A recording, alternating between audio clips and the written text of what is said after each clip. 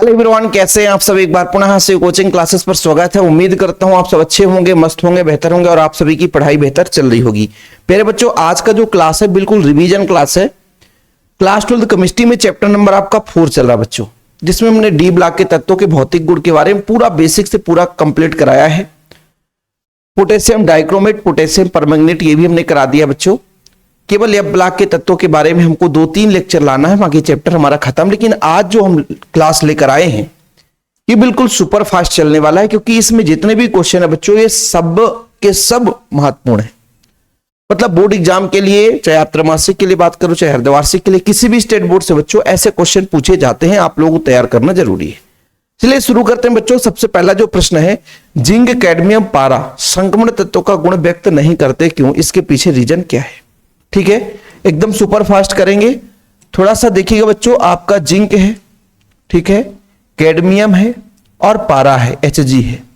जब इसका इलेक्ट्रॉनिक विन्यास निकालते हैं प्यारे बच्चों तो ये होता है 3d10 4s2, ठीक है। आखिरी में इसका इलेक्ट्रॉनिक विन्यास निकालते हैं तो 4d10 5s2, ठीक है बच्चों।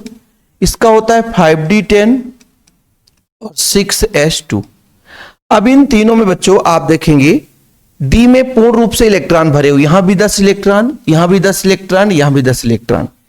तो डी ब्लॉक के तत्वों का मुख्य रूप से ये गुण है कि जो डी ब्लॉक के तत्व है वो संक्रमण तत्व कब कहलाएंगे? जब उसमें अयुग्मित डी इलेक्ट्रॉन्स होंगे, मतलब डी कक्षक में अयुग्मित इलेक्ट्रॉन होंगे। जैसे मान लीजिए आपका ये डी कक्षक है बच्चों, डी में कितने कक्षक पाए जाते हैं? डी उपकोष में 5 कक्षक पाए जाते हैं। यदि मान लीजिए इनमें एक भी अयुग्मित है, एक भी अयुग्मित है, मतलब ये संक्रमण तत्व की परिभाषा के अंतर्गत आएगा। एक भी अयुग्मित है बच्चों तो ये संक्रमण तत्व के परिभाषा के अंतर्गत आएगा। लेकिन यदि अयुग्मित नहीं है, पूरे के पूरे भरे हैं, चाहे हम जिंक की बात करें, कैडमियम की बात करें, Hg पारे की बात करें, तो यदि पूर्ण रूप से इलेक्ट्रॉन भरे बच्चों, इसका मतलब ये हुआ कि ये संक्रमण तत्व नहीं है। चीजें क्लियर? तो कैडमियम, जिंक या Hg पारा की बात करें तो इसमें बाह्यतम कोष में जब हम इलेक्ट्रॉनिक विन्यास तो 4s में 2 इलेक्ट्रॉन तो रहता है, लेकिन डी कक्षक भी पूर्ण रूप से भरा होता है। इस कारण से हम संक्रमण तत्व तो नहीं मानते। ठीक है बच्चों, इसलिए कहा जाता है संक्रमण तत्व का गुण क्यों नहीं दर्शाता? क्योंकि n-1 डी उपकोष आंशिक रूप से भरे रहते हैं, उन्हें हम संक्रमण तत्व कहते हैं। लेकिन जिंक की बात करें तो 3d10, कैडमियम की बात करें तो 4d10, Hg की बात करें तो 5d10, यानी अवस्था में पाए जाते हैं, मतलब स्थायी अवस्था में। इस कारण से संक्रमण तत्व नहीं कहा जाता है। ठीक है, और ये सारा चीज जो मैं आज क्वेश्चन करा रहा हूं बच्चों, ये नोट्स में भी अवेलेबल है। यदि जो बच्चा चाहता है कि सर हमें नोट्स लेना है, नोट्स के लिए मात्र 100 रुपए चार्ज है। कॉन्टेक्ट नंबर है 9685 29 91 49। ठीक है, ये प्रॉपर मैं नोट्स से ही पढ़ा रहा हूं और मात्र एक छोटा सा अमाउंट लेता हूं बच्चों, 100 रुपए, लेकिन प्रॉपर रूप से नोट्स आपको दिए जाते हैं। ओके, तो ये पहला क्वेश्चन क्लियर आप लोगों को याद हो गया होगा। चलिए अगले प्रश्न पर चलते हैं बच्चों। यहां पर आप देखिएगा, अगला जो प्रश्न है देखिएगा कि Cu1 पॉजिटिव रंगहीन परंतु Cu2 पॉजिटिव रंगीन होता है क्यों? रंगीन होता है क्यों? चलिए हम समझते हैं, एक एक पॉइंट समझेंगे। प्यारे बच्चों, Cu कॉपर की बात करते हैं तो कॉपर का परमाणु क्रमांक कितना होता है? 29। इलेक्ट्रॉनिक विन्यास निकालते हैं बच्चों तो लास्ट में हो जाता है 3d10 और 4s1। ठीक है, 4s1 ये इसका इलेक्ट्रॉनिक विन्यास है। वैसे तो होना कितना चाहिए? होना चाहिए 3d9, होना चाहिए 3d9 और 4s2, लेकिन स्थायित्व को ग्रहण करने के लिए s का इलेक्ट्रॉन d में चला जाता है, तो ये आपका गलत होता है बच्चों और ये आपका सही होता है। तो ये आपका कॉपर का इलेक्ट्रॉनिक विन्यास है।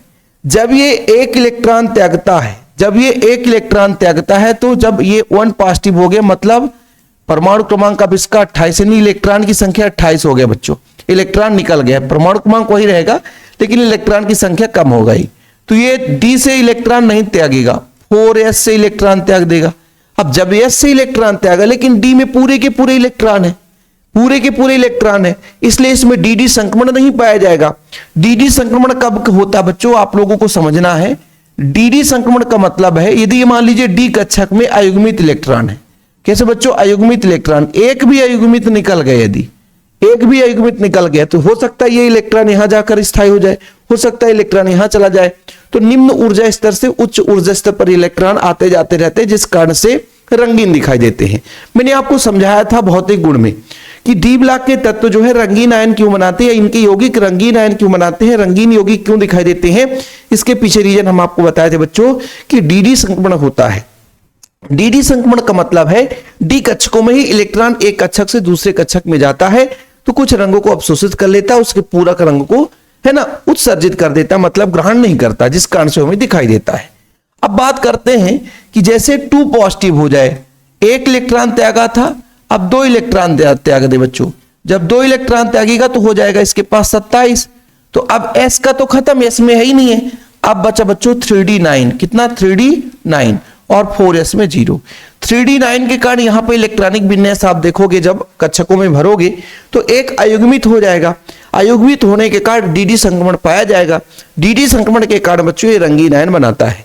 इसलिए हम कहते हैं कि Cu2 पॉजिटिव है, ये रंगहीन है, ये रंगहीन है, ये रंगहीन है, मतलब रंग नहीं देता। क्यों? क्योंकि इसमें डी में पूर्ण रूप से इलेक्ट्रॉन भरे हुए हैं, इस कारण से डी संक्रमण नहीं पाया जाता। और ये बच्चों रंगीन है, ये रंगीन क्यों है? रंगीन होने के पीछे रीजन ये है क्योंकि इनमें क्या है बच्चों, कहीं ना कहीं चाहे एक ही इलेक्ट्रॉन अयुग्मित हो लेकिन ऐसे कक्षक भी पाए जाते हैं जहां अयुग्मित इलेक्ट्रॉन है और उसी अयुग्मित इलेक्ट्रॉन के कारण डी संक्रमण पाया जाता है। डी संक्रमण के कारण बच्चों वो रंगीन दिखाई देता है। ठीक है, क्लियर? देखो जरा कि Cu1 पॉजिटिव का उपकोष पूर्ण रूप से भरा रहता है। हमने Cu1 पॉजिटिव का उपकोष आपको बता ही दिया था, अभी जस्ट इसके पहले आपने देखा था कि Cu1 पॉजिटिव का आपका था 3d10 और 4s 0, एक इलेक्ट्रॉन s से निकला था, पूर्ण रूप से भरा हुआ था। इस प्रकार इसमें डी संक्रमण नहीं पाया जाता। ठीक है बच्चों, और वह सफेद होता, मतलब रंगहीन, कोई रंग नहीं होता। जबकि हम Cu2 पॉजिटिव की बात करते हैं तो एक इलेक्ट्रॉन त्यागता 3d9 4s 0 हो जाता है। अयुग्मित 3d इलेक्ट्रॉन होने के कारण डी संक्रमण पाया जाता है, इस कारण से रंगीन होता है। सभी को क्लियर? ठीक है सर, ये हमारा कंप्लीट हुआ। आगे चलते हैं प्यारे बच्चों अगले प्रश्न पर, जो कि काफी महत्वपूर्ण है कि मिश्र धातु किसे कहते हैं। प्रमुख मिश्र धातु के नाम लिखते हुए ऐसा एक मिश्र धातु का उदाहरण दीजिए, ऐसा एक मिश्र धातु का उदाहरण दीजिए बच्चों जिसमें लैंथेनाइड हो। ठीक है, लैंथेनाइड धातु हो। देखो मिश्र धातु किसे कहते हैं बच्चों, सुबह सुबह गले में खराश हो जाता है। मिश्र धातु किसे कहते हैं? जब 2 या 2 से अधिक धातुओं को आपस में मिलाया जाता है तो उनके परमाणु आकार लगभग समान होते हैं, इस कारण से एक दूसरे पर समाहित हो जाते हैं और मिश्र धातु बनाते हैं। ठीक है, डी ब्लॉक के तत्वों में परमाणु आकार लगभग समानता होने के कारण ये आपस में मिल जाते हैं बच्चों और क्या बनाते हैं, मिश्र धातु बनाते हैं। परमाणु आकार समान है तो एक दूसरे के क्रिस्टल में आसानी से जाकर के छिप जाते हैं। ठीक है, जैसे लोग बराबर हो तो दिखाई नहीं देंगे, ड्रेस सेम हो तो पता नहीं चलेगा कि कौन से क्लास का बच्चा है ना। 9th 10th 11th 12th किसी क्लास का बच्चा बैठा है, यदि लंबाई में बराबर हो गए तो भाई कहीं हम बैठा देंगे, पता ही नहीं चलेगा कौन सा 9th है कौन सा 10th है ना। तो ऐसे ही एक जो तत्व है दूसरे तत्व की समानता के कारण उसके क्रिस्टल में जाकर के बीच में फंस जाता है, रुक जाता है, इस कारण से मिश्र धातु बना लेता है। एक ऐसा मिश्र धातु का उदाहरण देना जिसमें लैंथेनाइड हो, वो धातु है बच्चों मिश्र धातु, उसका नाम है मिश्र धातु। यहां पर आप लिख लेना, यहां पे कहीं पे लिखा होगा, देखो जरा, 2 या 2 से अधिक धातु अथवा धातु या धातु के समांगी मिश्रण को हम मिश्र धातु कहते हैं। प्रमुख मिश्र धातु जिसमें है मिश्र धातु, इसको लिख लेना बच्चों मिश्र धातु। क्या? मिश्र धातु है। ठीक है, ऐसा एक मिश्र धातु है जिसमें बच्चों उसका नाम भाई मिश्र धातु इसलिए रखा गया, मिश्र नहीं मिश्र धातु, मिश्र धातु रखा हमने बच्चों, है ना। एक उदाहरण मिश्र धातु है जिसमें 95% लैंथेनाइड है, 95% बच्चों लैंथेनाइड है। लैंथेनाइड के साथ साथ 5% आयरन है, यानी लोहे की मात्रा आपके पास इसमें 5% है। ठीक है, चलिए लाइट चली गई। लोहे की मात्रा 5% बच्चों, और थोड़ी सी इसमें कार्बन है, सल्फर है, कैडमियम है, ऐसे तत्व भी इसमें एवं एल्यूमिनियम भी मिलाया जाता है। और इसका जो उपयोग है बच्चों मैग्नीशियम, मैग्नीज Mn है ना, तो मैग्नीशियम है। ठीक है, Mg ये मैग्नीशियम है, क्या है बच्चों, मैग्नीशियम। ठीक है, और Mn जो होता है वो मैग्नीज होता। तो मैग्नीशियम पर आधारित जो मिश्र धातु बनाते हैं तो बच्चों इसकी कठोरता को बढ़ाने के लिए हम इसका प्रयोग करते हैं, इन्हीं मिश्र धातु का प्रयोग करते हैं। यहां पे क्वेश्चन आया करता है सीधा सीधा कि मिश्र धातु किसे कहते हैं? 2 या 2 से अधिक धातुओं के आपसे मिश्रण से या धातु और धातु को मिलाने से बच्चों एक नया धातु बनता है जिसे हम मिश्र धातु कहते हैं। एक ऐसा नाम बताना जिसमें लैंथेनाइड का प्रयोग होता है, तो एक ऐसा मिश्र धातु है मिश्र धातु। क्या? एक ऐसा मिश्र धातु है मिश्र धातु जिसमें 95% आपका लेंथेनाइड होता है बच्चों, और 5% आपका क्या रहता है, आपका बच्चों आयरन रहता है। कुछ मात्रा में नहीं, बहुत कम मात्रा में कार्बन, सल्फर, कैडमियम, एल्यूमिनियम होता है। इसका उपयोग मैग्नीशियम पर आधारित मिश्र धातु की मजबूती के लिए करते हैं। लाइटर है ना, और आवरण, जेट विमानों में भी इनका प्रयोग किया जाता है बच्चों। ये आपका उपयोग हो गया, बस ज्यादा कुछ नहीं है इसमें, और ना ज्यादा इसमें बच्चों। जो चीजें याद करने लायक है उसको याद करो, जो चीज बच्चों है ना समझने लायक है उसे समझो, और हम कोशिश यही करते हैं कि जो आपके काम का है बच्चों उसको छोड़ने ना पाए। एक एक भी हम कोई भी टॉपिक छोड़ते नहीं ना, कोई बिंदु छोड़ते हैं। तो आप लोग यहां पर देखो, ये वाला आप लोगों से हो सकता है बने, हो सकता है ना बने। ये बोला बच्चों, ये बोला ये है कि जो हमारा Cu1 पॉजिटिव है आयन जलीय विलयन में स्थायी क्यों नहीं है। जब हम इसको मिलाते हैं, मान लीजिए कॉपर को मिलाए है ना, तो वो 1 पॉजिटिव है बच्चों, तो वो स्थायी क्यों नहीं होता है, क्योंकि वो तुरंत ही 2 पॉजिटिव में बदल जाता है। ठीक है, कैसे बदलता है सर, मैं आपको बताता हूं कैसे बदलता है। जैसे हमने कहा भाई, हमने कोई यौगिक ले लिया और कोई यौगिक में आपका कॉपर है बच्चों 1 पॉजिटिव है। ठीक है, 1 पॉजिटिव मतलब 1 इलेक्ट्रॉन किसी को दे रखा है, और ऐसे बहुत सारे आयंस होंगे, किसी जलीय विलयन में बहुत सारे आयंस होंगे। तो ये स्थायी नहीं रहना चाहते, बल्कि ये 2 इलेक्ट्रॉन त्याग करके Cu2 पॉजिटिव में बदल जाता है। कैसे, ये आपका कॉपर है, तो एक काम करता है, बोलता है ऐसा बच्चों कि ये जो कॉपर है बोलता है तू 1 इलेक्ट्रॉन ले ले। जब ये इलेक्ट्रॉन ले लेगा तो जो देने वाला है उसमें 2 पॉजिटिव हो जाएगा बच्चों, और जो लेने वाला है उसमें 0 हो जाएगा, आयन नहीं रहेगा। क्यों, क्योंकि भाई दोनों में 1 इलेक्ट्रॉन की कमी है। लेकिन पहला भाई कहता है कि भाई मैं भी अस्थायी हूं, मैं अस्थायी हूं, है ना भाई, स्थायी तो हूं नहीं, तू भी अस्थायी है। तो एक काम करते हैं कि मेरे पास ऐसी क्षमता है कि मैं इलेक्ट्रॉन दे सकता हूं, तो मैं जो अपना इलेक्ट्रॉन तेरे को दे देता हूं, तेरे के इलेक्ट्रॉन दे देता हूं, तो जो तुम्हारे अंदर कमी है वो तो पूरी हो जाएगी। कॉपर ये दूसरा वाला खुश हो जाता है, बोला बिल्कुल दे दो, तो ये इलेक्ट्रॉन इसको दे देता है, जिसके कारण यहां से आयन खत्म हो जाता है, क्योंकि इलेक्ट्रॉन इसके पास आ जाता है। तो इस कारण से बच्चों जो आपका Cu1 पॉजिटिव है वो अस्थायी रहता है, वो जलीय विलयन में सीधा Cu2 पॉजिटिव में परिवर्तित हो जाता है। इसके पीछे रीजन यही है। ठीक है, यदि किसी बच्चे को प्रॉब्लम हो तो बताओ कि भाई जलीय विलयन में Cu1 पॉजिटिव स्थायी रहता ही नहीं है, क्योंकि जलीय विलयन में सीधा Cu1 पॉजिटिव बहुत सारे आयन होंगे, कॉपर के बहुत सारे आयन होंगे, आपस में मिलकर के सीधा Cu2 पॉजिटिव बना लेते हैं। क्या करोगे भाई, 2 चीजों को सेम जोड़ोगे तो आपस में जुड़ जाएंगे, तो क्या परेशानी भाई, जलीय विलयन में आप जोड़ दो, तो इसमें आप कुछ नहीं कर सकते हो। ठीक है, भाई जलीय विलयन में देखो जरा, जलीय विलयन में आपका जो Cu2 पॉजिटिव है, यहां पे बच्चों असमानुपातित अभिक्रिया देता है। देखो जरा, यहां पर Cu1 पॉजिटिव जो है एक्वस आयन में है बच्चों, अब ये सीधा Cu2 पॉजिटिव बदल गया, क्योंकि यहाँ पे कॉपर के 2 यहाँ पे बच्चों आयन से देख लो, Cu1 पॉजिटिव का 2 आयन है। ये दोनों कॉपर आपस में क्या किए, तालमेल बना लिए कि भाई लड़ाई नहीं करना, हम दोनों एक ही साथी है, एक ही घर के हैं। यहाँ पे Cu1 पॉजिटिव है और एक और Cu1 पॉजिटिव। ये वाला कॉपर कहता है अरे भैया तेरे को हम 1 इलेक्ट्रॉन दे देते हैं, जब तेरे को इलेक्ट्रॉन दे देंगे तो तेरे पास कमी नहीं रह जाएगी, और मेरे पास आ जाएगा 2 पॉजिटिव। कितना आ जाएगा, 2 पॉजिटिव। तो ये एक्वस में बच्चों आयन में है, और ये सॉलिड में बदल गया, अब आयन इसमें है ही नहीं है। और इसमें बच्चों आप देखो एक्वस क्यों है, क्योंकि भाई साहब ये आयन के रूप में है। ठीक है, क्लियर, कोई दिक्कत तो नहीं बच्चों। हाँ, स्क्रीनशॉट लेना होगा ले लेना भाई, नहीं लेना होगा तो फिर आपकी कमी है। ठीक है, नहीं लेना होगा स्क्रीनशॉट तो फिर आपकी कमी है। यहां पर आगे देखो, कारण है कि यह Cu2 पॉजिटिव आयन के बनाने में दी जाने वाली जो द्वितीयक आयन एंथैल्पी की क्षतिपूर्ति करती है। इस प्रकार जलीय विलयन में Cu2 पॉजिटिव आयन अधिक स्थायी Cu2 पॉजिटिव आयन में परिवर्तित हो जाता है। ठीक है, इसके अपेक्षा Cu1 पॉजिटिव की अपेक्षा Cu2 पॉजिटिव अधिक स्थायी होता है। सीधा और कुछ भी नहीं है। जल में मिलाते हैं, जलीय विलयन में Cu1 पॉजिटिव रहना ही नहीं चाहता, पास में रखे साथी को कहता भाई तू 1 इलेक्ट्रॉन ले ले, कोई दिक्कत नहीं, मैं Cu2 पॉजिटिव बन जाता हूं, मेरे को उस में ज्यादा स्थायित्व आ जाता है, तो अधिक स्थायित्व को ग्रहण करने के लिए इलेक्ट्रॉन को त्याग देता है। खत्म कहानी। बड़े प्यार से बोलो कहानी में ट्विस्ट आया कि नहीं। इसके पहले का भाई यदि कोई स्क्रीनशॉट लेना चाहता है तो ये लो, स्क्रीनशॉट ले लो। आधा उत्तर ये हो गया और आधा उत्तर इसके ऊपर का भाग। ठीक, चीजें क्लियर। अब बात करते हैं अगले नंबर में। देखो बड़े पैर समझना, यह प्रश्न जिंक केवल +2 अवस्था क्यों दर्शाता है? बताओ सर, जिंक जो है केवल +2 क्यों दर्शाता है? जिंक, चलो जिंक का परमाणु क्रमांक कितना होता है? 30 होता है। इलेक्ट्रॉनिक विन्यास कितना होता है? 3d10 होता है और 4s2 इलेक्ट्रॉन होता है। यदि हम डी की बात करें बच्चों, डी में जो कक्षक है इसमें 5 कक्षक है। कितने कक्षक? 5 कक्षक। इलेक्ट्रॉन की संख्या की बात करें तो सभी में 2-2 इलेक्ट्रॉन है। कितने कितने इलेक्ट्रॉन है प्यारे बच्चों? 2-2 इलेक्ट्रॉन है।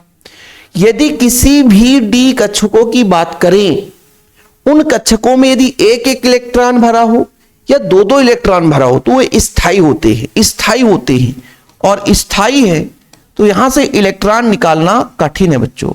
स्थायी है यदि तो इलेक्ट्रॉन निकालना कठिन है, इलेक्ट्रॉन निकालना कठिन है। ठीक है, केवल और केवल इलेक्ट्रॉन कहां से निकल सकता है? केवल और केवल इस s का 2 इलेक्ट्रॉन जो है वो निकल सकता है। और जब s का 2 इलेक्ट्रॉन निकलेगा तो भाई साहब आपका बनेगा जिंक 2 पॉजिटिव, जिंक 2 पॉजिटिव। अब इलेक्ट्रॉन की संख्या कितनी हो गई? 28, तो ये हो जाएगा 3d10 4s में 0। ठीक है, क्लियर। आपका 3d10 है यानी पूर्ण रूप से इलेक्ट्रॉन भरे, डी के 5 कक्षक में 2-2 इलेक्ट्रॉन पूर्ण रूप से भरे हैं प्यारे बच्चों। अब जब 2-2 इलेक्ट्रॉन पूर्ण रूप से भरे हुए हैं तो यहां से इलेक्ट्रॉन निकालना बहुत कठिन है, केवल s का ही इलेक्ट्रॉन निकल सकता है। इसलिए केवल और केवल ये +2 अवस्था दर्शाता है। 2 इलेक्ट्रॉन त्याग करके, भाई इलेक्ट्रॉन त्यागेगा तभी तो उसमें +2 +3 आएगा। यदि इलेक्ट्रॉन नहीं त्यागेगा तो कहां से +2 +3 आएगा? क्लियर, समझ में आ गया कि भाई साहब जिंक +2 क्यों दर्शाता है? क्योंकि 3d10 4s2 है, 3d10 4s2 है, डी में पूर्णतः इलेक्ट्रॉन भरे हैं इसलिए स्थायी है। और स्थायी कक्षक से इलेक्ट्रॉन निकालने के लिए अधिक ऊर्जा लगती है बच्चों, जबकि 4s से आसानी से इलेक्ट्रॉन निकल सकता है। इसलिए 3d का इलेक्ट्रॉन ना निकलकर केवल 4s2 का निकलता है, इस कारण से अधिक स्थायी होता है। देखो जरा इलेक्ट्रॉनिक विन्यास बड़े प्यार से लिखा गया है। अंतिम में आप लोगों को बताया गया बच्चों, अंतिम में आप लोगों को बताया कि 3d10 4s2 होता है। अब ये हमने पूरा, आज हम रिवीजन क्लास लेकर आए, इसके पहले भी इन सब चीजों को हमने पढ़ाया है। आज रिवीजन है, इंपॉर्टेंट क्वेश्चन है, इसलिए हमने सोचा एक बार ऐसी क्लास लें जिसमें हो सकता है कोई बच्चा ना पढ़ा हो या किसी बच्चे को रिवीजन करना है, तो आज मजा आ जाएगा। ठीक है, तो जो बच्चों 4s2 है, जब ये 2 इलेक्ट्रॉन त्यागता है तो s में से 2 इलेक्ट्रॉन निकल जाता है ना। 3d कक्षक में 10 इलेक्ट्रॉन रह जाते हैं। 3d में पूर्ण पूरित कक्षक होने के कारण अधिक स्थायी होता। मैंने आपको बताया कि यदि जिसमें इलेक्ट्रॉन पूर्ण रूप से भरे होंगे वो अधिक स्थायी होगा, अधिक स्थायी होता बच्चों, जिसे निकालने के लिए अधिक ऊर्जा की आवश्यकता होती है। इसीलिए केवल और केवल +2 आक्सीकरण अवस्था दर्शाता है। केवल और केवल कौन सा बच्चों? +2 आक्सीकरण अवस्था दर्शाता है। चलिए अगला जो हमारा प्रश्न रहेगा, बढ़िया प्रश्न है बच्चों। यहां पर जो अगला प्रश्न रहेगा थोड़ा सा देखिएगा।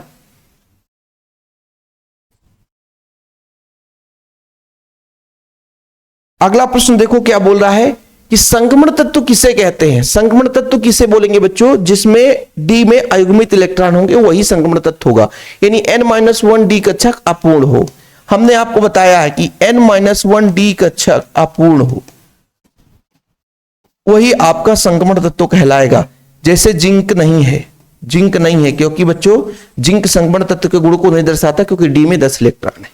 तो वे तत्व जिनके परमाणु अथवा साधारण आयनों के इलेक्ट्रॉनिक विन्यास में भीतरी डी कक्षक अपूर्ण रूप से भरे होते हैं, n-1 डी कक्षक अपूर्ण रूप से भरे होते हैं बच्चों, वही आपका संक्रमण तत्व कहलाएगा। संक्रमण तत्व की परिभाषा कई बार पूछी गई है और आप आसानी से लिख सकते हो कि ऐसे तत्व अणु परमाणु बच्चों जिनके इलेक्ट्रॉनिक विन्यास करेंगे तो डी कक्षक जो है अपूर्ण रूप से होंगे, यानी n-1 डी कक्षक अपूर्ण रूप से भरा होगा बच्चों। यदि अपूर्ण रूप से भरा है, अपूर्ण रूप से भरा है, इसका मतलब वो संक्रमण तत्व का गुण बताता है। आगे क्वेश्चन क्या बोला है? संक्रमण तत्वों का समान इलेक्ट्रॉनिक विन्यास लिखिए एवं संक्रमण तत्वों के कोई 4 गुण लिखिए। 4 गुण अरे भाई संक्रमण तत्वों का मैंने बहुत ज्यादा बताया है। परिवर्ती आक्सीकरण अवस्था दर्शाते हैं, ठीक है सर। सभी धातुएं हैं, सभी के सभी क्या है? धातुएं हैं। रंगीन आयन बनाते हैं, उत्प्रेरकीय गुण दर्शाते हैं, संकुल यौगिक बनाने की प्रवृत्ति होती है। ये सब संक्रमण धातुओं के क्या है बच्चों, संक्रमण धातुओं की क्या है, ये लक्षण है या गुण है। ठीक है, अगले पेज में चलते हैं, अगले पेज में चलते हैं बच्चों। जैसे एग्जाम्पल में आप लोग यहां पर एग्जाम्पल देख लीजिए, आयरन, निकिल, कोबाल्ट, ये आपका क्या है, संक्रमण धातु। और इलेक्ट्रॉनिक विन्यास मैंने इसके पहले भी बताया था, n-1 डी, डी में 1 से 10 इलेक्ट्रॉन होगा, और लास्ट वाला जो बच्चों कक्षक है वो n है, s में 1 या 2 इलेक्ट्रॉन होगा। ये आपका इलेक्ट्रॉनिक विन्यास है। लेकिन इसकी यदि हम बात करें गुणों के बारे में, तो डी ब्लॉक के तत्व बच्चों आप सबको पता है कि इन्हें संक्रमण तत्व कहा जाता है। संक्रमण तत्व एक प्रकार के धातु हैं, तो सभी के सभी तत्व क्या है बच्चों, धातु है, क्योंकि धन आयन बनाते हैं, सभी में धन आयन बनाने की प्रवृत्ति होती है। इलेक्ट्रॉन त्याग करके जितने भी संक्रमण धातु हैं उनमें धन आयन बनाने की प्रवृत्ति होती है बच्चों, धात्विक लक्षण दर्शाते हैं, उत्प्रेरकीय गुण पाया जाता है, संकुल यौगिक बनाने की प्रवृत्ति पाई जाती है, रंगीन आयन बनाते हैं, ये सारे इनके लक्षण है। कोई 4 लक्षण ही तो बताना है। देखो जरा यहां पर लिखा होगा कि बच्चों किसी भी तत्व द्वारा अपने परमाणु से एक अथवा एक से ज्यादा इलेक्ट्रॉन त्याग करके धन आयन प्रवृत्ति की बनाने की प्रवृत्ति पाई जाती है। ठीक है, सभी संक्रमण जो तत्व बच्चों धातु है, दूसरा लक्षण हो गया, क्योंकि इनकी बाह्यतम कक्षा में 1 या 2 इलेक्ट्रॉन होते हैं जो कि उतना आसानी से त्यागे जा सकते हैं, क्योंकि इनकी आयनन ऊर्जा निम्न होती है, ये धात्विक प्रकृति के होते हैं। और सर लक्षण बताओ, और लक्षण बता रहा हूं कि संक्रमण धातुओं में उत्प्रेरकीय गुण पाया जाता है। उत्प्रेरकीय गुण मतलब उत्प्रेरक का काम करते हैं। उत्प्रेरक किसे कहते हैं, जो किसी भी रासायनिक अभिक्रिया के दर को घटा या बढ़ा सकते हैं। तो ये बच्चों परिवर्ती संयोजकता भी प्रदर्शित करते हैं। परिवर्ती संयोजकता क्यों प्रदर्शित करते हैं, क्योंकि डी कक्षक के जो इलेक्ट्रॉन त्याग दिया जाता है, तो जैसे मान लीजिए केवल s का त्याग, यदि s में 1 इलेक्ट्रॉन है तो +1 हो गया, s में 2 इलेक्ट्रॉन थे, 2 इलेक्ट्रॉन त्याग दिया तो +2 हो गया, d का भी 1 इलेक्ट्रॉन चला गया तो +3 हो गया, +4 हो गया। इस तरीके से बच्चों +7 तक इनका ऑक्सीकरण अवस्था दर्शाता है। परिवर्ती जिसे संयोजकता के नाम से भी जानते हैं। ठीक है, चीजें क्लियर? तो ये चीज आपको क्लियर हो गया होगा कि संक्रमण धातु किसे कहते हैं बच्चों, जिसमें n-1 डी कक्षक का पूर्ण रूप से भरा होगा। ऐसा धातु आयन या परमाणु जिनमें n-1 डी कक्षक का पूर्ण रूप से भरे होंगे, वही आपका संक्रमण धातु कहलाएगा, संक्रमण तत्व कहलाएगा। इसमें बच्चों जैसे आयरन, कोबाल्ट, निकिल ये सब है, लेकिन जिंक को हम संक्रमण धातु नहीं मानते हैं, क्योंकि भाई उसमें डी में पूर्ण रूप से इलेक्ट्रॉन भरे रहते हैं। ये आपने इसके पहले भी देख लिया। इलेक्ट्रॉनिक विन्यास की बात करें तो ये लो बच्चों, इनमें हम लक्षण की बात करें या गुण की बात करें तो जो हमने भौतिक गुण कराया वही इनके गुण है, कि भाई ये धात्विक प्रकृति होते हैं, धन आयन बनाने की प्रवृत्ति होती है, संकुल आयन बनाने की प्रवृत्ति होती है, रंगीन आयन बनाते हैं, परिवर्ती संयोजकता दर्शाते हैं, उत्प्रेरकीय गुण भी पाया जाता है।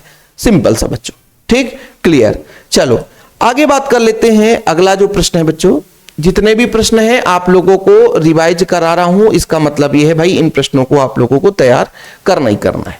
संक्रमण तत्व परिवर्ती संयोजकता प्रदर्शित करते हैं क्यों? देखो बच्चों, इसके पीछे रीजन ये होता है, देखो इसके पीछे रीजन ये होता है, मैंने आपको बताया। जैसे मान लीजिए कोई भी एक उदाहरण ले लो, एक उदाहरण ले लो बच्चों,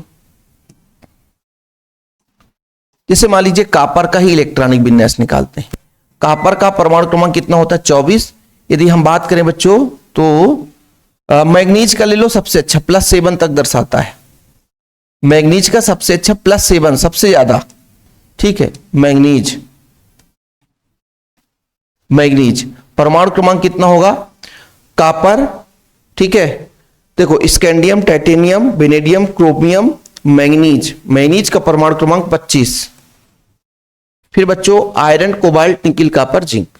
इसका जब इलेक्ट्रॉनिक विन्यास निकालेंगे बच्चों तो इसका हो जाएगा आपका 25 है ना, तो 4s2 और 3d5, ये इलेक्ट्रॉनिक विन्यास है। अब होता क्या है बच्चों कि ये जो डी कक्षक है, भले इसमें 5 इलेक्ट्रॉन है,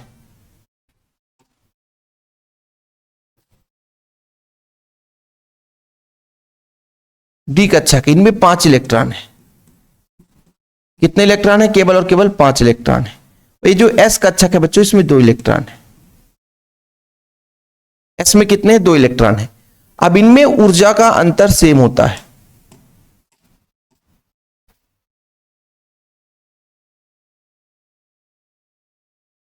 इनमें बच्चों इन कक्षक, यदि हम डी कक्षक की बात करें, अरे भाई बार बार लोचा ना किया करो यार। डी कक्षक और एस कक्षक, इनमें ऊर्जाओं का अंतर ज्यादा नहीं होता, बहुत कम ऊर्जा अंतर होता बच्चों, लगभग ऊर्जा समान होती है। ऊर्जा इन कक्षकों में लगभग समान होती है, ठीक है, ऊर्जा लगभग इन कक्षकों में समान होती है, इसलिए S का भी इलेक्ट्रॉन त्याग दिया जाता है और D का भी इलेक्ट्रॉन त्यागा जाएगा। जैसे मान लीजिए जब एक इलेक्ट्रॉन त्यागा जाएगा तो Mn1 पॉजिटिव बनाएगा, ऑक्सीकरण संख्या 1, 2 इलेक्ट्रॉन त्याग देगा तो 2 पॉजिटिव, फिर D का भी त्यागने लग जाएगा तो 3 पॉजिटिव, फिर बच्चों और इलेक्ट्रॉन त्यागेगा तो 4 पॉजिटिव, फिर और इलेक्ट्रॉन त्याग सकता है तो 7 पॉजिटिव। इस तरीके से इसका ऑक्सीकरण अवस्था दर्शाता है। तो इनमें ऊर्जाओं का अंतर बहुत कम होता है, जिससे आसानी से इलेक्ट्रॉन कम ऊर्जा में निकल जाता है और प्लस आयन में परिवर्तित हो जाता है। देखो बच्चों, संक्रमण धातुएं परिवर्ती ऑक्सीकरण अवस्था या परिवर्ती संयोजकता प्रदर्शित करते हैं। इसके पीछे रीजन ये होता है कि N-1 D कक्षक और NS कक्षक यानी बाह्यतम कक्षक में इलेक्ट्रॉनों में जो बहुत कम ऊर्जा का अंतर होता है, जिसके कारण से संयोजी इलेक्ट्रॉन का कार्य करने लग जाते हैं। मतलब D कक्षक भी इलेक्ट्रॉन संयोजी इलेक्ट्रॉन की तरह कार्य करते हैं और इस कारण से परिवर्ती संयोजकता प्रदर्शित करते हैं। इसमें कुछ है ही नहीं है, इसमें कुछ भी नहीं है। बताओ, एक सिंपल सा लॉजिक है कि भाई साहब S का, भाई देखो जैसे मान लीजिए किसी के साथ संयोग करना है, संयोग करने के लिए जो इलेक्ट्रॉन जाते हैं वो बाह्यतम कोश के ही इलेक्ट्रॉन जाते हैं, अंदर वाले इलेक्ट्रॉन नहीं जाते हैं। लेकिन ऊर्जा का जो अंतर है बहुत कम है, इसलिए भाई साहब इसके साथ साथ ये जो D है, इसका भी जो इलेक्ट्रॉन है वो संयोजी कोश में जाकर के बंध बनाने की क्षमता रखते हैं। कुछ समझ में आया कि NS कक्षक ये भाई N-1 D कक्षक होता है, ये तो पूरे D में ही चल रहा है, और बाह्यतम वाला NS कक्षक होता है। तो संयोजी कोश तो ये है, केवल ये बंध बनाता, लेकिन ऊर्जा का अंतर बहुत कम है, इस कारण से ये भी संयोजी कोश की भांति कार्य करने लग जाते हैं।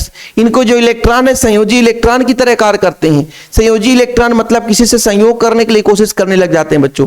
जब संयोग करने की कोशिश करते हैं तो सीधा सीधा है भाई साहब, इसका मतलब ऊर्जा कम था, आसानी से कम ऊर्जा पर बच्चों ये इलेक्ट्रॉन क्या है निकल जाते हैं, और इलेक्ट्रॉन निकलते हैं तो प्लस आयन के रूप में दर्शाते हैं। यानी आप लोगों को पता है भाई साहब कि किसी भी परमाणु से जितना इलेक्ट्रॉन निकालेंगे उतना पॉजिटिव आयन बनाएगा। तो हमने कहा कि भाई साहब यहां पर S और D दोनों कक्षक जो है इनकी ऊर्जा का लगभग समान, यानी इलेक्ट्रॉन जो होते हैं इनमें ऊर्जा बहुत कम मात्रा में अंतर होता है, लगभग ऊर्जा समान होती है। इस कारण S के साथ साथ जो आपके D कक्षक हैं इनके इलेक्ट्रॉन भी संयोजी इलेक्ट्रॉन की तरह कार्य करने लग जाते हैं बच्चों, और किसी से भी आपका है ना यौगिक बनाने में मदद कर लेते हैं। सिंपल सा, इस कारण से परिवर्ती ऑक्सीकरण अवस्था या परिवर्ती संयोजकता प्रदर्शित करते हैं। क्लियर? चलो मैं समझाने आया हूं बच्चों, और नोट्स जरूर ले लें, मात्र 100 रुपए की बात है बच्चों, बढ़िया प्रॉपर नोट्स। ये जो अगला प्रश्न है बच्चों, सिंपल सा बात समझिएगा कि Cu2 पॉजिटिव जो है Mn2 पॉजिटिव की आयनिक त्रिज्या जो है बच्चों, जो आपका Cu2 पॉजिटिव है Mn2 पॉजिटिव से अधिक होता है या कम होता है? कम होता है। कम होता है क्यों? देखो भाई सिंपल सा और कुछ भी नहीं है, जिसका परमाणु क्रमांक ज्यादा होगा, जिसमें इलेक्ट्रॉन की संख्या ज्यादा होगी, त्रिज्या उसकी कम होगी। इसमें कोई रीजन बताने की जरूरत नहीं है, क्योंकि आप लोगों को पता है कि भाई प्रोटॉन ज्यादा होने से आकर्षण बल, इलेक्ट्रॉन के प्रति आकर्षण बल ज्यादा हो जाता है बच्चों, ये सबको पता है। कि जैसे मैं यहां पे थोड़ा सा बात कर लेता हूं, देखिएगा मैं ये कहता हूं भाई साहब कि ये मान लीजिए नाभिक है, ये क्या है? नाभिक है। नाभिक के चारों ओर वृत्ताकार पथ पाया जाता है जहां इलेक्ट्रॉन क्या करते हैं? चक्कर लगाते हैं। ठीक है, प्रोटॉन की संख्या किसमें ज्यादा है? जैसे आपके पास आयरन है बच्चों, आयरन है तो आयरन है, इसमें प्रोटॉन की संख्या 26 है। मैग्नीज है बच्चों, इसमें प्रोटॉन की संख्या 25 है। ठीक है, और इलेक्ट्रॉन की बात करें तो इसमें भी इलेक्ट्रॉन है बच्चों 26, इसमें भी इलेक्ट्रॉन कितना है? 26। लेकिन जब Mn2 पॉजिटिव की बात करें तो इलेक्ट्रॉन हो जाता है 24, और Fe2 पॉजिटिव की बात करें बच्चों, Fe2 पॉजिटिव की बात करें तो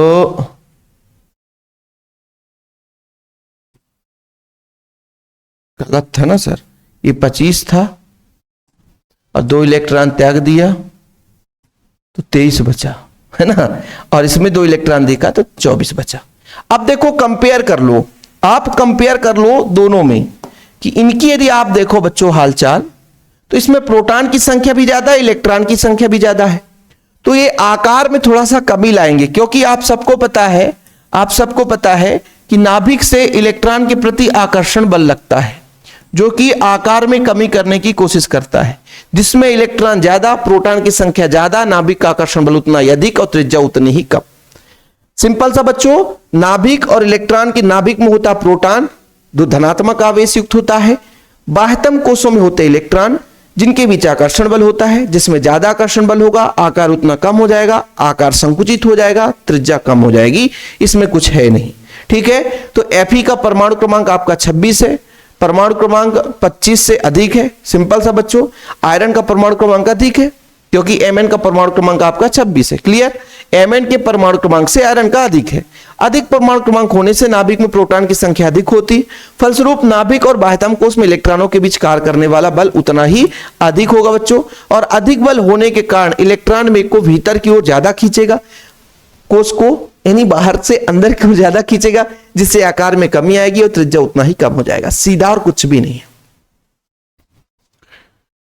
चलें और भी चलते हैं, अपने पास अभी कितना टास्क है भाई साहब। चलो ये वाला नहीं, अभी तो ये वाला चल रहा है। ठीक है, थोड़ा सा क्लास लंबा चल रहा है क्योंकि इसके पीछे रीजन है प्यारे बच्चों की एकदम महत्वपूर्ण क्वेश्चन लेकर आया हूं। इन क्वेश्चनों को आप लोग छोड़ नहीं सकते हैं। इन प्रश्नों को यदि कोई बच्चा छोड़ दिया इसका मतलब समझो कहानी में खत्म। अब यहां पर देखो, ये वाला जो आपका प्रश्न है बड़ा ही महत्वपूर्ण है। ठीक है, कि संक्रमण धातुओं में संकुल यौगिक बनाने की प्रवृत्ति होती है, क्यों, समझाइए। बच्चों जब हम अगले चैप्टर में पढ़ेंगे, चैप्टर नंबर जब 5 में स्टार्ट करेंगे तो संकुल यौगिक के बारे में बात करेंगे। जैसे मान लीजिए हमारे पास आयरन ही है बच्चों, आयरन है, आयरन का परमाणु क्रमांक 26 है, इलेक्ट्रॉनिक विन्यास 3d6 होगा बच्चों, 3d6 और 4s2। अब इसमें जो डी का खेल है, समझो डी का जो खेल है, इसमें डी का खेल है बच्चों। डी में कितने इलेक्ट्रॉन है, 1 2 3 4 5 और 6, और एस में क्या है बच्चों, 2 इलेक्ट्रॉन है। अब डी में अयुग्मित इलेक्ट्रॉन होने के कारण इसमें खेल होगा। संकुल यौगिक तभी बनेगा जब लिगेंड आकर के जुड़े, और लिगेंड आकर के जुड़ता है तो इलेक्ट्रॉन का जोड़ा देता है। इलेक्ट्रॉन का जोड़ा लेने के लिए भी इनके पास कोई जगह नहीं है, लेकिन ये आपस में व्यवस्थित हो जाते हैं, समझना, आपस में व्यवस्थित हो जाते हैं। मान लीजिए जैसे देखिएगा यहां पर ये 5 कक्षक है बच्चों, पहले से इलेक्ट्रॉन कुछ इस तरीके से जुड़ा है, और ये मान लीजिए ऐसा है, और 2 इलेक्ट्रॉन आकर के यहां पे जम जाएं, और जब जम जाएंगे तो ये बताओ यहां पर 2 ऐसे कक्षक मिल जाएंगे जहां पर बच्चों जोड़े का इलेक्ट्रॉन आकर के जोड़े का इलेक्ट्रॉन आकर के व्यवस्थित हो सकता है। ठीक है, तो डी ब्लॉक के तत्वों में ही ऐसी गुण पाई जाती है कि जो इलेक्ट्रॉन युग्म ग्रहण कर सकता है। इस कारण से ये संकुल यौगिक बनाने की प्रवृत्ति रखते हैं। फिर से समझना बच्चों, संकुल यौगिक बनाने की प्रवृत्ति उसी धातु परमाणु में होगी जो इलेक्ट्रॉन युग्म ग्रहण कर सके, ऐसा कक्षक प्रदान कर सके जहां पर आकर के भाई साहब इलेक्ट्रॉन युग्म आकर के रह सके। जैसे मान लीजिए आप अपने घर में कमरे का किराया तभी दे सकते हैं जब आपके कमरे में कोई ना सोता हो, पूरा का पूरा खाली हो, तभी कोई आकर के कमरे का किराया लेगा। मान लीजिए हो सकते हैं वो पति पत्नी हो सकते हैं भाई भाई हो सकते हो भाई बहन हो, कोई भी हो सकते हैं, और आकर के उस कमरे में अपना जो भी करना है आराम से रह सकते हैं, पढ़ाई करना है, जो भी करना है। ठीक है, लेकिन बच्चों यदि मान लीजिए उसमें यदि कोई एक व्यक्ति आ रहा है और आप लोग भाई बहन जाकर के वहां रहना चाहते हैं, तो क्या रह पाएंगे? नहीं, संभव नहीं है, किसी दूसरे परिवार के साथ संभव नहीं है। ऐसे ही संकुल यौगिक जो बनाता है, वो जो लिगेंड आते हैं वो जोड़ा का इलेक्ट्रॉन देते हैं बच्चों, जोड़ा का इलेक्ट्रॉन। और जोड़े का इलेक्ट्रॉन देने के लिए भाई साहब उनके पास क्षमता है, तो किसी धातु पास ऐसी भी क्षमता होना चाहिए जो जोड़े के इलेक्ट्रॉन को ग्रहण कर सके। तो डी ब्लॉक के तत्वों में ही ऐसी क्षमता पाई जाती है जो जोड़े के इलेक्ट्रॉन को खींच सके, अपनी ओर समा सके। समझ में आया कुछ? ठीक है बच्चों, चलिए इसमें आपको यहां पे उदाहरण देखने को मिलेगा। देखिएगा यहां पे सबसे बढ़िया कि लिगेंड द्वारा दिए जाने वाले इलेक्ट्रॉन युग्मों को ग्रहण करने के लिए इन तत्वों में आयन रिक्त ऑर्बिटल होते हैं बच्चों। क्या होते हैं? रिक्त ऑर्बिटल्स। इन रिक्त ऑर्बिटल्स के कारण यह संकुल यौगिक बनाता है। और पहला कारण है इन तत्वों के आयनों का आकार कम तथा नाभिकीय आवेश उच्च होता है, जिस कारण आयन अणु है ना अपनी ओर आकर्षित करते हैं। मैंने नाभिकीय आवेश आपको पहले भी बता चुका हूं कि भाई साहब जितना इलेक्ट्रॉन त्याग सकता है उसके अंदर नाभिकीय आवेश उतना ही अधिक होता है। तो 2 फैक्ट आपको समझ में आ गया कि डी ब्लॉक के तत्वों में संकुल यौगिक बनाने की प्रवृत्ति, पहला तो नाभिकीय आवेश उच्च होता है, आपको पता ही है परमाणु आकार ज्यादा है, इलेक्ट्रॉन की संख्या ज्यादा, प्रोटॉन की संख्या ज्यादा है, इलेक्ट्रॉन त्याग करके धनायन बनाने की प्रवृत्ति ज्यादा होती है। तो इलेक्ट्रॉन त्यागते हैं प्यारे बच्चों, इलेक्ट्रॉन त्यागते हैं तो नाभिकीय आवेश ज्यादा हो जाता है। सिंपल सा, नाभिकीय आवेश नाभिक पर भी धनायन की संख्या ज्यादा है, प्रोटॉन की संख्या ज्यादा है, इलेक्ट्रॉन को अपनी ओर आकर्षित करने की क्षमता रखते हैं। दूसरा चीज रिक्त डी कक्षक प्रदान करते हैं। यही कारण है बच्चों ये संकुल यौगिक बनाने की प्रवृत्ति रखते हैं। और ये वाला जो प्रश्न है, ये वाला प्रश्न हमने कर ही लिया है, इसमें कुछ है नहीं। जिंक कैडमियम Hg संक्रमण धातु का गुण व्यक्त क्यों नहीं करता है, क्योंकि डी में पूर्ण रूप से रिपीटेड क्वेश्चन है, इसको अपन ने कर लिया बच्चों। ठीक है, चलिए अगले प्रश्न पर चलते हैं जो कि काफी महत्वपूर्ण है बच्चों। इसे बताओ टाइटेनियम आश्चर्यजनक धातु क्यों कहा जाता है। टाइटेनियम क्योंकि इसके पास कुछ ऐसा गुण होगा जो सबसे भिन्न होगा, जिसका प्रयोग हम बहुत ज्यादा बहुतायत में कर सकते हैं, इसलिए उसे आश्चर्यजनक धातु कहा जाता है बच्चों। और आश्चर्यजनक धातु मतलब उसकी क्वालिटी बहुत अच्छी होनी चाहिए, है ना, मतलब एकदम कठोर हो, और कठोर हो, किसी से प्रभावित ना हो, किसी से प्रभावित ना हो, है ना, बढ़िया तरीके से जहां पे उसका प्रयोग करें उसका प्रयोग हो सके। तो इसमें 2-3 आपको प्रॉपर्टीज तैयार करना बच्चों, कुछ भी नहीं है, क्योंकि टाइटेनियम एक धातु है जो कि एकदम बच्चों कठोर होता है, जिसकी गलनांक क्वथनांक उच्च होती है। ऊष्मा और विद्युत का बढ़िया क्या होता है, सुचालक होता है, कहीं भी लगा देते हैं, चालन का काम कराना हो कर सकता है। संक्षारण प्रतिरोधी होता, बताया ना कि ये खतरों का खिलाड़ी है, खतरों से डरने वाला नहीं है, आसानी से क्षरित नहीं होता बच्चों। और इसका उपयोग देखो टैंक, तोप, बंदूक, रक्षात्मक कवच बनाने में करते हैं। सबसे बड़ा खतरनाक चीज तो यही है, युद्ध के सामग्री, तोप, बंदूक व रक्षात्मक कवच ऐसे बनाने में प्रयोग करते हैं बच्चों। इसी कारण से इसको हम आश्चर्यजनक धातु कहते हैं। बढ़िया, मजा आ गया होगा आप लोगों को। क्लियर, ये सिंपल है, इसमें कुछ भी नहीं है, इसमें कुछ नहीं है, याद करने वाली बात है, बड़ी आसानी से आप लोग बता सकते हो। इसके बाद जो अगला प्रश्न है बच्चों, TiO2 श्वेत है जबकि TiCl3 बैगनी है, इसके पीछे रीजन क्या है। श्वेत का मतलब क्या होता है बच्चों, जिसमें DD संक्रमण पाया जाए। जैसे देखना, थोड़ा समय यदि आपसे कह दूं कि एक बार मुझे समय दे दो, टाइटेनियम का परमाणु क्रमांक बता दो। टाइटेनियम, स्कैंडियम, टाइटेनियम, वेनेडियम, तो टाइटेनियम का कितना बच्चों, 22 है। ठीक है, इसमें जब इलेक्ट्रॉनिक विन्यास की बात करते हैं तो इसमें जो इलेक्ट्रॉनिक विन्यास होगा वो 3D में पहले 4s में 2 इलेक्ट्रॉन भरेगा बच्चों, और 3D में 2 इलेक्ट्रॉन भरेगा। ठीक है, फिर से थोड़ा समझिएगा।